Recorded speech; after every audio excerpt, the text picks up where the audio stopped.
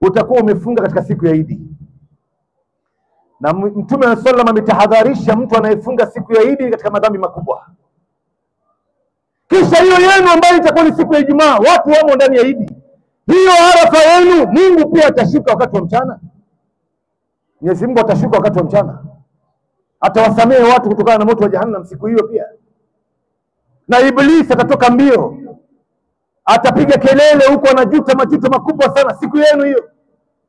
Ni gani hii ambayo mnatuambia sisi jamani? Na hiyo siku vile vile Mwenyezi Mungu atawafutia watu madhambi ya miaka 2. Sasa mtu anapokonywa ibada kama hii ya Arafa na huku anaona tu kwa sababu ya kufatafata mambo ya watu. Hawa watu ndugu zangu, upate kujua siku ya Kiyama hawatakuwa na wewe.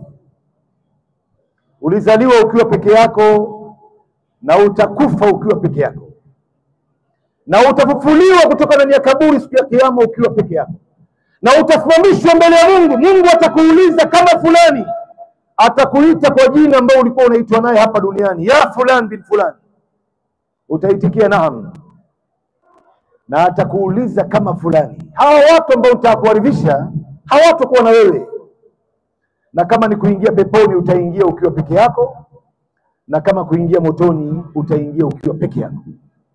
Sasa ikiwa mambo yote yananihusu mimi, mali walinnas, nina nini mimi na mambo ya watu hawa watu tutaishi na wao kwa amani, tutakula sinia moja, tutaswali katika msikiti mmoja, lakini inapofika mambo ya Mungu na mtume wake,